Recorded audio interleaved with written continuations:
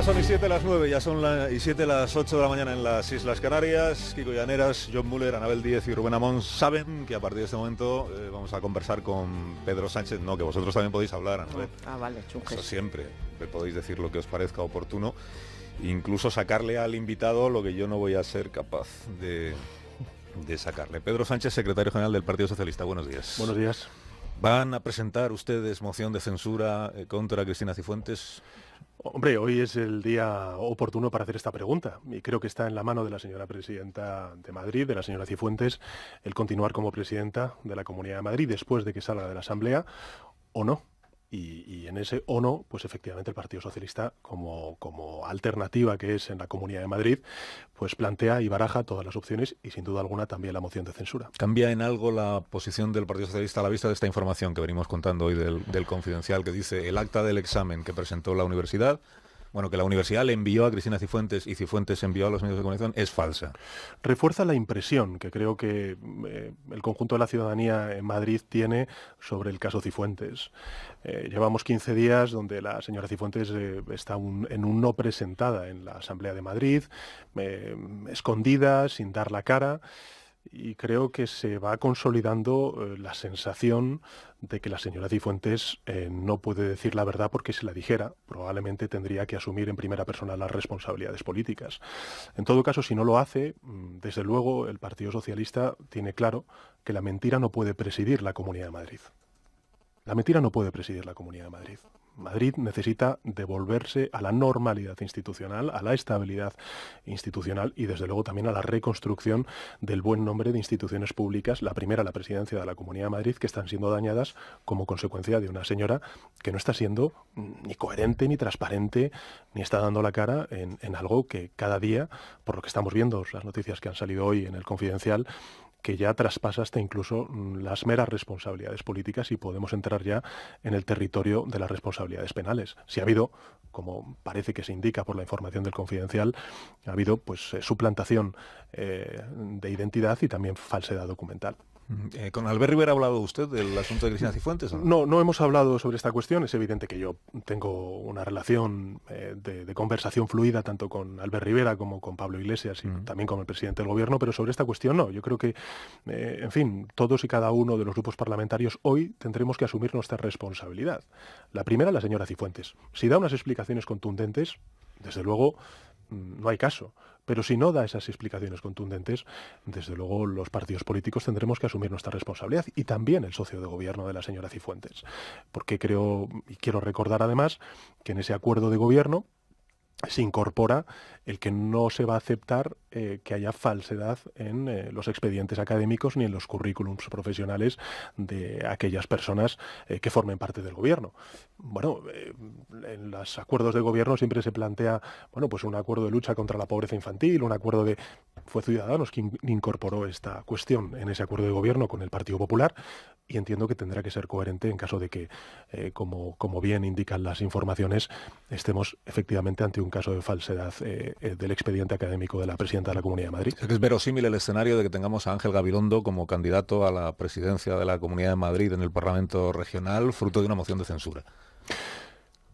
Cuanto más imposible parece el máster de la señora Cifuentes, más posible es el que haya esa moción de censura. Y desde luego creo... al menos a mí, y es evidente que usted me dirá, bueno, ¿qué va a decir usted? Pero creo que Ángel Gabilondo representa todo lo contrario en términos de ejemplaridad, de compromiso con la causa pública, de lo que representa hoy el Partido Popular, desgraciadamente en Madrid.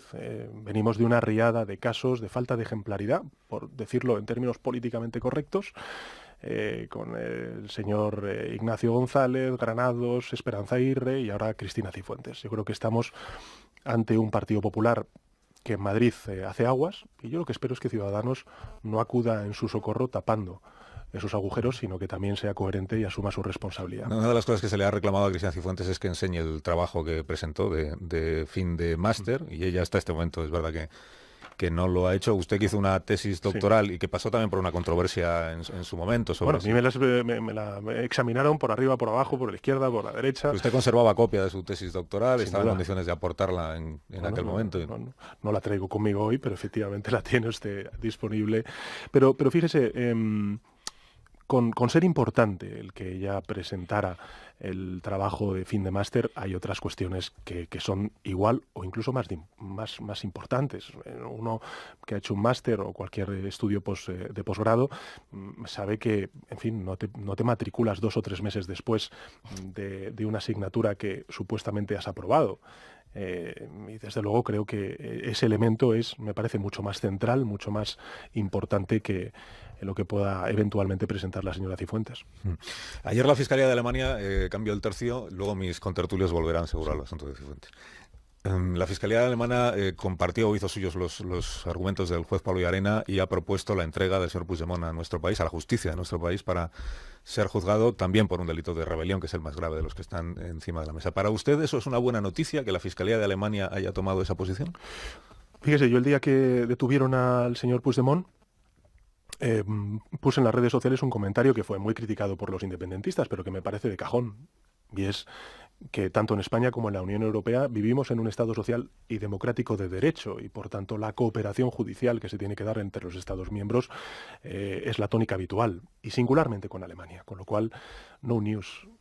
Me parece que esto es lo más razonable, es el funcionamiento de la justicia, con todas las garantías que lógicamente tiene Puigdemont para poder defenderse, y desde luego creo que es una buena noticia para el sistema judicial español. Y ahí hay que dejarlo. Desde el punto de vista político, creo que la traducción se ha hecho desde hace ya mucho tiempo. Vivimos en una situación de extremada complejidad e interinidad en Cataluña, después de ya más de 2 meses de elecciones en Cataluña el pasado 21 de diciembre, que se tiene que abrir una legislatura autonomista, respetuosa con la Constitución y con el Estatuto de Autonomía de Cataluña, y sobre todo con un presidente o presidenta de la Generalitat que represente al 100% de la ciudadanía catalana, que gobierne al menos para ese 100%. Pero entonces, ¿por qué no les gusta a ustedes, en la Dirección Nacional del PSOE, la propuesta que hace Iceta de un gobierno de concentración, un gobierno en el que no tenga por qué tener un presidente independentista, abrir la posibilidad, aunque luego al final fracase,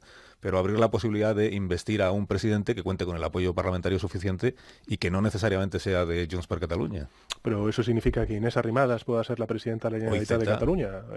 No, lo que quiero decir es que más allá de las propuestas que efectivamente después de tantos meses sin gobierno en Cataluña, pues evidentemente los grupos parlamentarios tienen que poner encima de la mesa, lo que hay es una cerrazón por parte del bloque parlamentario mayoritario en el Parlamento de Cataluña, que es precisamente el bloque independentista, sobre quién tiene que ser quien lidere esa institución. Nosotros lo que le pedimos, tanto el PSD como el Partido Socialista, a ese bloque independentista, es que abra una legislatura autonomista y que se normalice la vida política, social y económica en Cataluña, y se normalicen las relaciones entre el gobierno de la Generalitat y el gobierno de España. Y a partir de ahí podremos hacer política. El problema es que ahora mismo es difícil, por no decir imposible, hacer política en Cataluña porque sinceramente no son capaces de ponerse de acuerdo ese bloque independentista.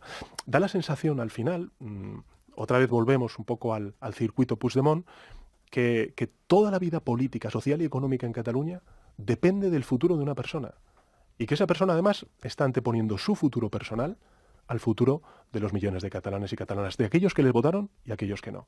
Y creo que eso es precisamente todo lo contrario a lo que tiene que hacer un político. ¿Usted tiene interlocutor entre los partidos independentistas? ¿Tiene alguien a quien pueda llamar para saber cómo están ahí las cosas? No, la verdad es que es muy difícil ahora. Es evidente que en el Parlamento de Cataluña, pues mis compañeros del PSC, que por cierto están sufriendo actos vandálicos, en fin, insultos, recriminaciones por parte del bloque independentista, no solamente en términos políticos, sino también en términos sociales, y desde aquí les quiero mandar todo el cariño y la solidaridad, por supuesto también al Partido Popular y a Ciudadanos que lo sufren, faltaría más, pero no tenemos esa interlocución, al menos desde el punto de vista federal. Desde el punto de vista autonómico, pero supongo que lógicamente pues Miquel tiene esas conversaciones en el marco parlamentario. ¿Aprecia usted violencia en el comportamiento de esto que se llama los CDRs, los comités de defensa de la República? No parece que haya mucha libertad de expresión. en las imágenes que estamos viendo en los medios de comunicación, y más parece efectivamente que se está deslizando por una pendiente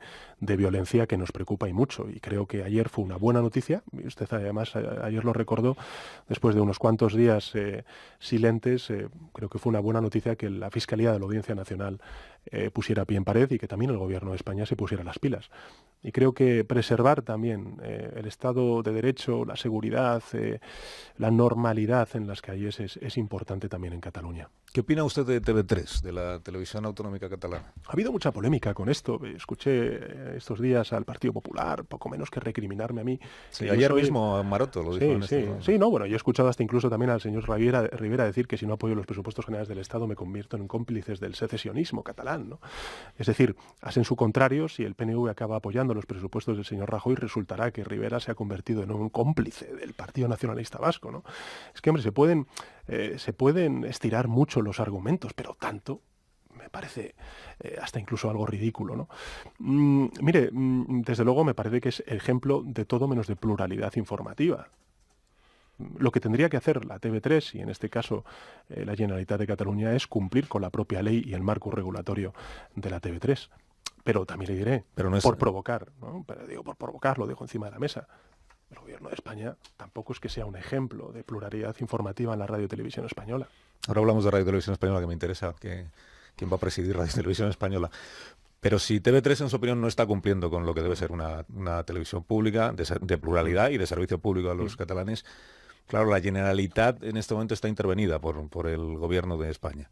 La Corporación de Medios Audiovisuales Catalana depende del Parlamento de Cataluña. Quiero decir, ¿qué instrumentos existen para obligar a una televisión autonómica a hacer bien su papel, su trabajo? Es decir, para decirle a TV3, ya que ustedes introdujeron aquella enmienda en el Senado que según el PP es la que impide la intervención de la televisión pública, ¿qué herramientas hay para hacer que esa televisión se comporte como debe ser una televisión pública? Bueno, lógicamente tendría que ponerse la vida parlamentaria a funcionar con cierta cotidianidad y normalidad en el Parlamento de Cataluña. Ahora estamos a golpe de plenos en el Parlamento, me parece que mañana va a haber uno, para hablar precisamente de la supuesta investidura telemática de Puigdemont y de sus derechos para telemáticamente poder votar. En fin, yo creo que tenemos que recuperar esa normalidad y dentro de ella, lógicamente, pues los diputados y diputadas del Parlamento tendrán que hacer la labor de control también a TV3, como se hace en el Congreso de los Diputados. Desgraciadamente en el Congreso de los Diputados con poco éxito, porque ya le digo que la radio y televisión española es ejemplo de todo menos de pluralidad informativa. Creo que también hasta incluso desde el punto de vista de la ejemplaridad uno podría ganar algunos puntos de credibilidad a la hora de reprochar a otras comunidades autónomas, en este caso a Cataluña, la necesidad de tener pues una televisión pública catalana plural, donde se defiendan todas las posiciones, no solamente unas. En 2 meses habrá nuevo presidente de Radio y Televisión Española, nuevo Consejo de Radio y Televisión. Ojalá. Nosotros vamos a hacer todo lo posible. Además, tengo que decirle que hemos sido quienes hemos liderado las negociaciones tanto con Ciudadanos como con Unidos Podemos para articular este jurado, esta comisión que servirá como filtro para la elección de los candidatos al Consejo de Radio y Televisión Española y desde luego sí le puedo asegurar que hay un grupo parlamentario interesado en la objetividad de la Radio y Televisión Española, es el Grupo Parlamentario Socialista. ¿Y están buscando algún periodista para que presida Radio Televisión Española? Porque me preguntan mis contertulios ¿qué hay de lo nuestro? Bueno, creo que tiene que ser, a mí si me pregunta el perfil me gustaría que fuera alguien que conociera el sector, que conociera el negocio de la televisión, que tuviera hasta incluso una experiencia en el ámbito privado y que desde luego no tuviera ninguna afinidad, digamos, política en su elección, sino simplemente la objetividad, la experiencia profesional y la capacidad para sacar adelante un barco que necesita de un objetivo en el medio plazo. Pues entonces no hay, ¿eh? Sí los hay, Rubén. Yo estoy convencido de que hay muchos. Hay muchos en televisión. ¿Por qué le parece interesante que tenga experiencia en el ámbito privado? Bueno, pues porque creo que cuando uno habla, por ejemplo, yo he tenido muchas ocasiones de hablar hasta incluso con los sindicatos, no solamente con el Comité de Informativos de la Radio y Televisión Española, y muchos de ellos lo que me plantean es que lo que necesitan es alguien, una dirección, que de alguna forma tenga claro cuál es el objetivo y la visión de la radio y televisión española de aquí a un horizonte de medio plazo, que ahora mismo no ha existido durante muchos años. Y yo creo que esta es la clave, ¿no? Tener a alguien que tenga la experiencia, el liderazgo y la capacitación profesional suficiente como para garantizar pues un servicio que yo creo que tiene que seguir siendo público, como es el de unos medios de información públicos veraces y plurales, ¿no? Dígame algo bueno de los presupuestos generales que presentó ayer, el proyecto de presupuestos que presentó ayer el ministro Montoro. Al menos se presentaron, ¿no? Con 6 meses de retraso, pero se presentó la propuesta de país numérica que hace el gobierno de España. ¿Alguna medida habrá ahí que a usted le parezca que está bien puesta? ¿Subida de salario de los funcionarios? Sí. Lo que pasa es que esto es como todo. No se puede elevar a categoría una anécdota. Por supuesto que en un proyecto de país hay elementos que pueden ser coincidentes. Sin duda alguna, la elevación del sueldo de los funcionarios, pues seguro que lo es. No lo es, por ejemplo, el que el propio gobierno ya reconozca que tiene que volver a tirar de chequera por 15.000 millones de euros, además de otros 3.000 millones de euros que saca del Fondo de Reserva de la Seguridad Social, para equilibrar las cuentas de nuestras pensiones y de la Seguridad Social. Creo que esa es la confirmación de un fracaso y de una resignación por parte del Partido Popular y de Ciudadanos respecto a uno de los elementos fundamentales del país, que es nuestro sistema de seguridad social, ¿no? Por tanto, hombre, yo que escucho al PP y a Ciudadanos decirme poco menos, ¿no? que tengo que apoyarlo porque como hemos apoyado el 155, ¿no? ¿Eso qué significa? Si no apoyo los presupuestos, implicará que se rompe el consenso del 155. Es que es llevar las cosas al absurdo, ¿no? El sentido de Estado no significa el pensamiento único. Para el señor Rivera, pues el sentido de Estado significará apoyar y sostener a un gobierno que hace aguas, que está agotado y que ha presentado unos presupuestos antisociales. Estamos ante unos presupuestos ideológicos, no sociales. Y fíjese, se habla mucho de la redistribución, es decir, de los gastos, y desde luego ahí tenemos muchas cosas que reprochar, pero a mí me parece mucho más importante la tarea que tiene el sector público de modernizar, o al menos contribuir a modernizar el aparato productivo en nuestro país. De infraestructuras no se recuperan los niveles de inversión pública precrisis.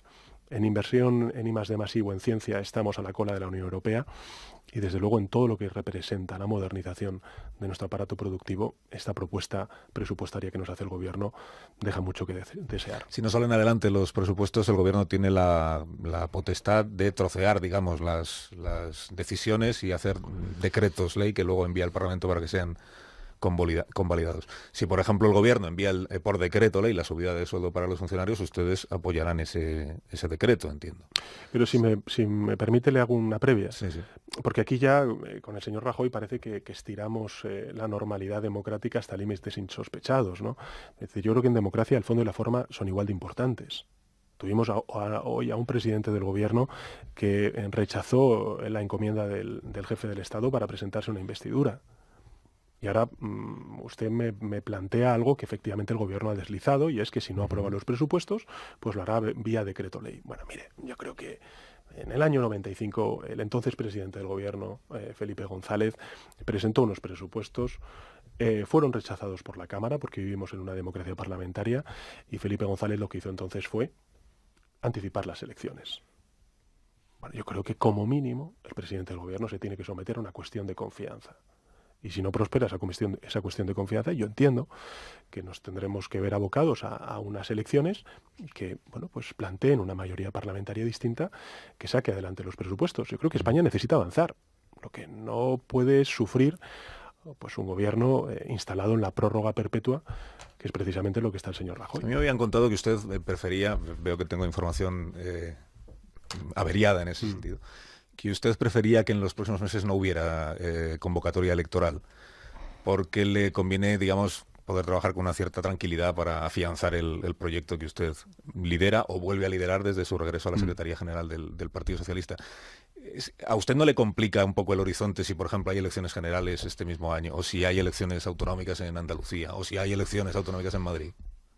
Pues fíjese, en el año 2018, si no hay elecciones, que ya veremos, ya veremos si se repiten o no las elecciones en Cataluña, serían las primeras el primer año en el que no hay elecciones desde hace 5 años, que es al menos lo que yo llevo entre unas cosas y otras en primera línea política.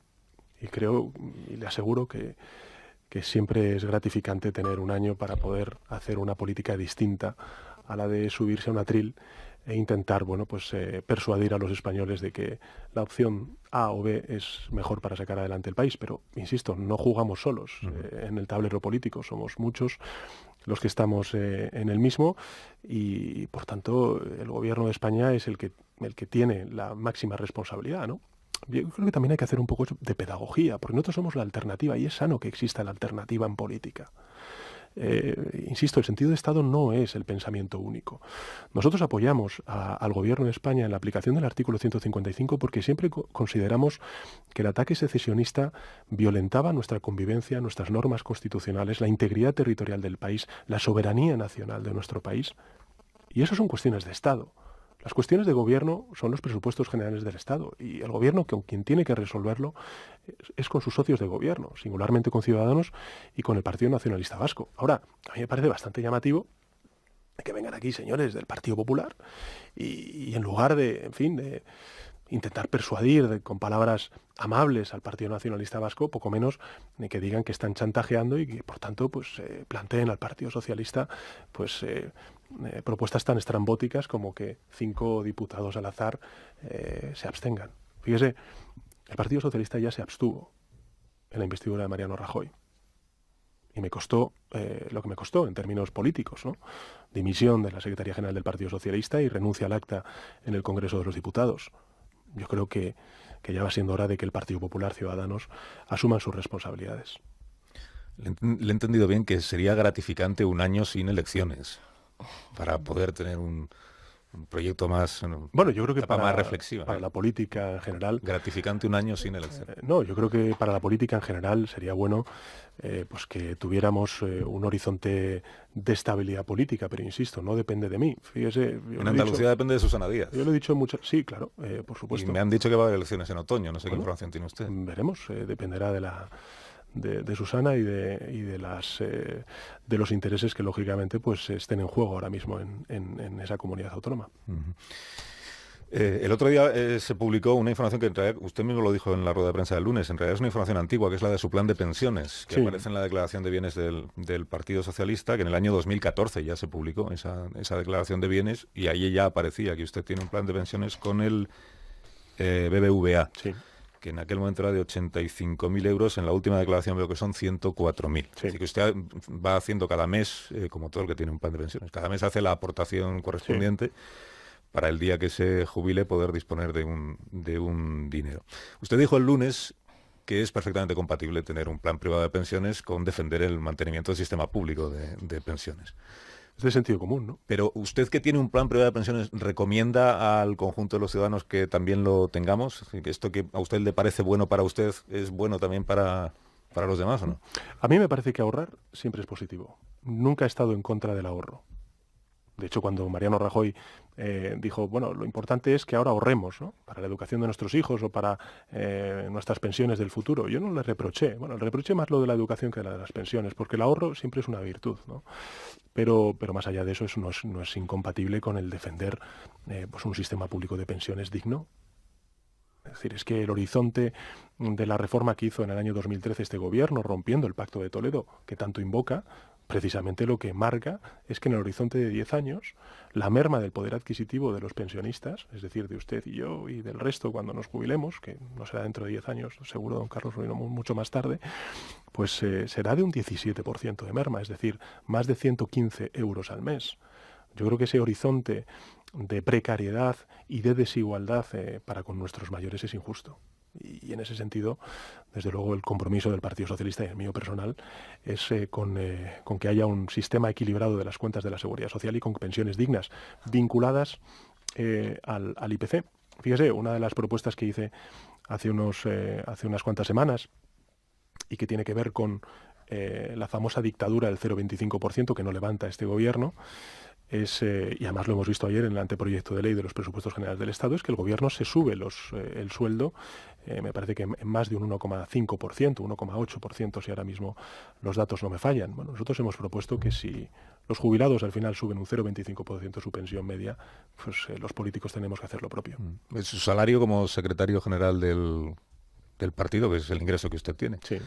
¿Eso quién lo decide? ¿La dirección del Bueno, PSOE? lo decidió lo que ganaba cuando era líder de la oposición y diputado a las Cortes, ¿no? Y que lógicamente, pues al dimitir, bueno, pues lo que hicimos fue poner el mismo, digamos, la misma cuantía, ¿no? A pagar 100% por la calle Ferraz. Sí. ¿Y se lo actualiza Yo me lo con el actualizaré IPC? al 0,25%, como también lo hará toda la Comisión Ejecutiva Federal. Bueno, seguro que Kiko y Anabel y John y Rubén quieren hacer alguna pregunta, señor Sánchez. Venga, Kiko, abre. Yo quería preguntarle por las encuestas. Sabe que el promedio de los sondeos en los últimos meses son contundentes y dicen que, bueno, mientras Podemos ha caído en las encuestas en los últimos meses, el Partido Socialista no ha subido en las encuestas. Entonces parece que hay una cierta depresión en el electorado de izquierdas. Y quería preguntarle pues, cómo explica esos datos. Bueno, yo creo que la izquierda no está desmovilizada. Lo que pasa es que no está movilizada porque no hay como la derecha me refiero, porque no hay una convocatoria electoral inminente, ¿no? Yo creo que ahora mismo en el electorado de derechas, por primera vez en muchísimo tiempo, lo que estamos viendo es una competición entre el Partido Popular y Ciudadanos, y la izquierda simplemente se movilizará cuando llegue esa convocatoria electoral. Se movilizó el 8 de marzo, se movilizó el 17 de marzo, y yo estoy convencido de que se movilizará cuando lleguen las elecciones. Primero tenemos las elecciones autonómicas, europeas, y también a los municipios, ¿no? Y creo que las preguntas quizá sean más acertadas hacerlas en lo que son los distintos hitos electorales que tienen ante sí los ciudadanos. Primero los alcaldes, presidentes, elecciones europeas, luego las elecciones generales. Y yo, fíjese, le digo una cosa. La izquierda tiene la oportunidad de ser primera fuerza política en esas elecciones. Y nosotros estamos precisamente trabajando para ello. ¿Leyó la tribuna de Íñigo Errejón el otro día en el...? Sigue usted leyendo el diario El País, a pesar de... Sin duda, además leo mucho y con muchísimo interés las crónicas que hace, por ejemplo, Anabel Díaz. Ajá, las de Amón veo que no. Y yo le entiendo. Bueno, es que Amón es, es más reflexivo. Tiene usted que ser selectivo y elige a Anabel, yo haría lo mismo. No, en serio, leyó la tribuna de Íñigo Errejón el otro día en la que, si yo entendí bien a Errejón, lo que él estaba diciendo es, así como Ciudadanos y el Partido Popular han encontrado una manera de competir electoralmente que en realidad para lo que está sirviendo, según las encuestas, es para que cada vez haya más votos en ese ámbito ideológico. En las izquierdas estamos haciendo lo contrario, que competimos entre nosotros todo el día, el PSOE contra Podemos, el Podemos contra el PSOE, y lo que estamos consiguiendo es pintar cada vez menos. Pero eso no es un poco lo que... Yo lo entendí justo al revés. Entendí como que esa competición entre Ciudadanos y el Partido Popular, según dice Íñigo Errejón, pues les está llevando a esa competición que él califica como virtuosa. Yo no sé si será virtuosa para ellos, desde luego es demoledora para los ciudadanos españoles. Y en el ámbito de la izquierda, en fin, yo es que siempre veo a una izquierda, en este caso la de Unidos Podemos, más pendiente de hacer oposición al Partido Socialista que hacer oposición al Partido Popular. Pero, en fin, yo, desde luego, ha llovido mucho en mi relación con Unidos Podemos. En fin, he pasado muchísimos trances, muchísimas experiencias. Y desde luego lo que sí que le puedo asegurar es que el Partido Socialista no ve como adversario a Unidos Podemos, sino bueno, pues esta corriente neoconservadora y neorecentralizadora que estamos viendo en la derecha, en el discurso social, político, económico, de derechos y también territorial. Y creo que la única opción política posible que pueda hacer frente a esta corriente es el Partido Socialista. John. Sí, ustedes prometieron, señor Sánchez, unos presupuestos alternativos. ¿Dónde están los presupuestos alternativos? El lunes próximo. Es que tenga usted en cuenta que nosotros, en fin, no marcamos cuándo presentar esa alternativa presupuestaria, sino depende, lógicamente, de cuándo presente el Gobierno sus presupuestos, pero el lunes próximo lo vamos a presentar. Tengo una pregunta que se me había olvidado de parte de Rodríguez Brown, que me obligó a las 7:30 a que se la hiciera y tengo que cumplir también. Y me dijo, Pedro Sánchez es partidario de unos presupuestos todavía más expansivos, digamos que haya más gasto, esto que llamamos gasto social o más gasto público. Cuando tú le preguntes de dónde sacará el dinero para financiar ese gasto público, Pedro Sánchez te va a decir seguro que con más impuestos. Y ahí, si usted me lo dice, yo tengo que responderle con un mugido liberal, que es, en el momento, esto es lo único que no voy a hacer. ¿Usted es partidario de subir los impuestos para poder aumentar el gasto público en nuestro país o se le ocurre alguna otra manera, Bueno, alguna otra vía? Yo le diré tres cosas. La primera, nosotros vamos a presentar una alternativa presupuestaria que va a cumplir con los objetivos de déficit marcados por Europa, que va a reducir la deuda pública, que es uno de los principales problemas que tiene nuestro país, y dentro de esas líneas rojas que nos autoimponemos, vamos a demostrar que es posible hacer una política económica distinta, más redistributiva y sobre todo más modernizadora de nuestro aparato productivo, apostando por la ciencia, la innovación y las infraestructuras. Punto 2. Se habla mucho de los gastos, se habla poco de los ingresos. Estos ingresos que están recogidos en los presupuestos generales del Estado recogen unos beneficios fiscales del orden de 34.800 millones de euros, si la memoria y los datos no me fallan. De ellos, en torno a 8.000 millones de euros tienen que ver con deducciones y demás en el impuesto de la renta de las personas físicas. Lo que está habiendo es cada vez una mayor presencia en lo que representa la recaudación de la imposición indirecta a la directa. Es decir, cada vez nuestro sistema fiscal es más regresivo, penaliza más el consumo en relación con la capacidad, digamos, de riqueza o económica que pueda tener cada contribuyente. Por tanto, yo creo que sí que tenemos que hacer una reforma fiscal. Porque, y este es el punto tercero que sí quería comentarle en respuesta a un economista con el que discrepo mucho, pero que respeto, que es Rodríguez Brown. España, el horizonte que está planteando el gobierno es que tenga de aquí a poco tiempo unos ingresos públicos que representen en torno al 38% del Producto Interior Bruto. Por tanto, un Estado social mínimo que represente también ese 38% del Producto Interior Bruto. Claro, dirán los oyentes, bueno, a mí el 38% no me dice nada, pero si lo comparamos con la media de la Unión Europea, que está en el 45 o 47%, creo que ya empezamos a situar exactamente cuáles son los parámetros en los cuales está dibujando el gobierno su modelo de país o dónde queremos situarlo nosotros. Nosotros queremos hacerlo en el horizonte europeo y no tanto en el horizonte de países que nos merecen todo el respeto, pero a los cuales no queremos asemejarnos, que es, por ejemplo, Bulgaria, donde los ingresos públicos representan poco más o menos el horizonte de ingresos que está planteando el gobierno de España. ¿Usted ha cambiado de opinión respecto del mínimo exento? Porque en su momento defendió el mínimo exento como una medida que mejoraba la progresividad y ahora parece que no. Cuando ¿se refiere usted al tipo único del impuesto de la renta de las personas por físicas ejemplo y demás? No me parece que sea... Es decir, yo creo que tenemos que efectivamente valorar el mínimo exento, pero creo que el problema que tiene la derecha, en este caso tanto el Partido Popular como Ciudadanos, es que consideran la política fiscal, la política de impuestos como políticas redistributivas, y creo que ese es el error. Fíjese, una de las cosas que se está diciendo, y mucho, ¿no?, por parte de Ciudadanos, cuando dicen, no, vamos a imprimir nuestro sello naranja a estos presupuestos. Bueno, en fin, no sé si serán naranjas, pero negros para la clase media trabajadora son y mucho, ¿no? Hablan de las deducciones de 1.000 euros en concepto de políticas de familia para pagar las guarderías, ¿no? Bueno, pues yo prefiero les doy un dato, el 10% de los niños en nuestro país tiene algún tipo de ayuda para cubrir de 0 a 3 años el acceso a la guardería. En países como Dinamarca es el 100%. A lo mejor no tenemos que llegar al 100%. Pero a mí me parece inaceptable el 10%, es decir, creo que hay que extender ese derecho de acceso universal a la educación pública de 0 a 3 años y eso implica políticas redistributivas de gasto. Manuel. Sí, señor Sánchez. Contra viento y marea, usted, porque yo creo que fue un empeño suyo personal, se constituyó en el Congreso pues la Comisión de Evaluación, vamos a llamarlo así se llama, de Evaluación del Estado Autonómico. Está un poco ahora en stand-by, por decirlo de alguna manera, o cuando no está inoperativa, pues no sé si por la poca gana que tenían algunos de los partidos que le apoyaron, como es el caso de Ciudadanos, que... Bueno, Ciudadanos no la apoyó. No la apoyó, pero bueno, participó en unas primeras reuniones y ahora ha dejado ya de participar.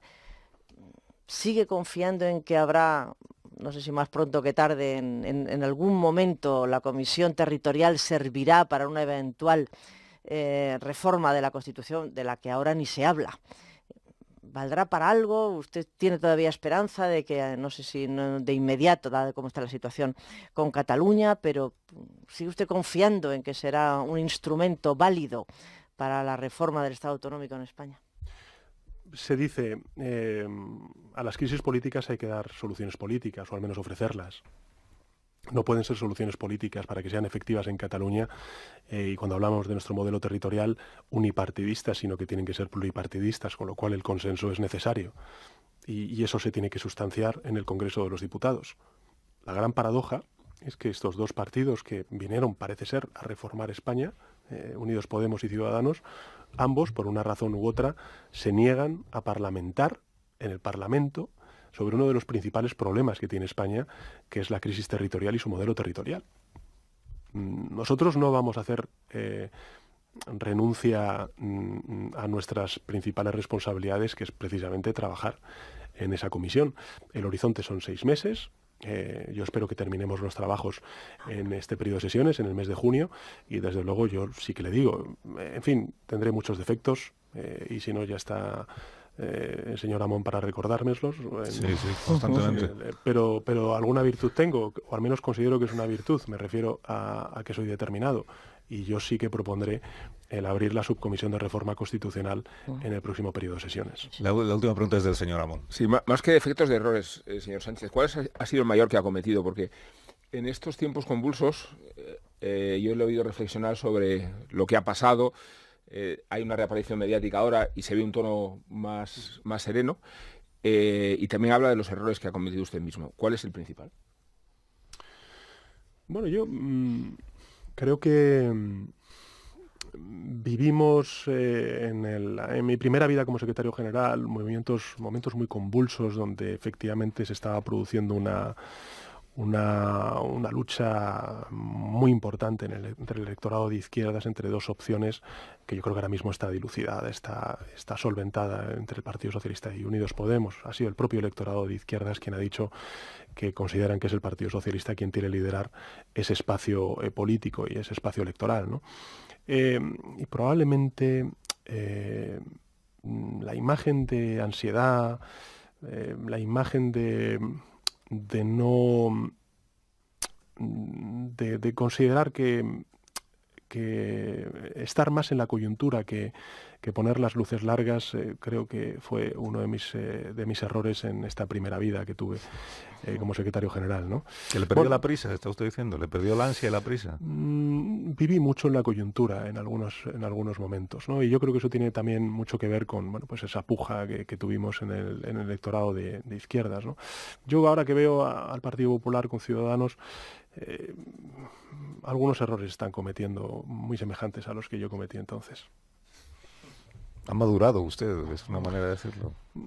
Bueno, yo recuerdo que un antiguo compañero guerrista malagueño que a lo mejor nos está escuchando decía: Pedro, ¿has aprendido? Digo, sí, pero he aprendido por el método educativo antiguo. La en castellano. La sangre con... La letra con sangre entra.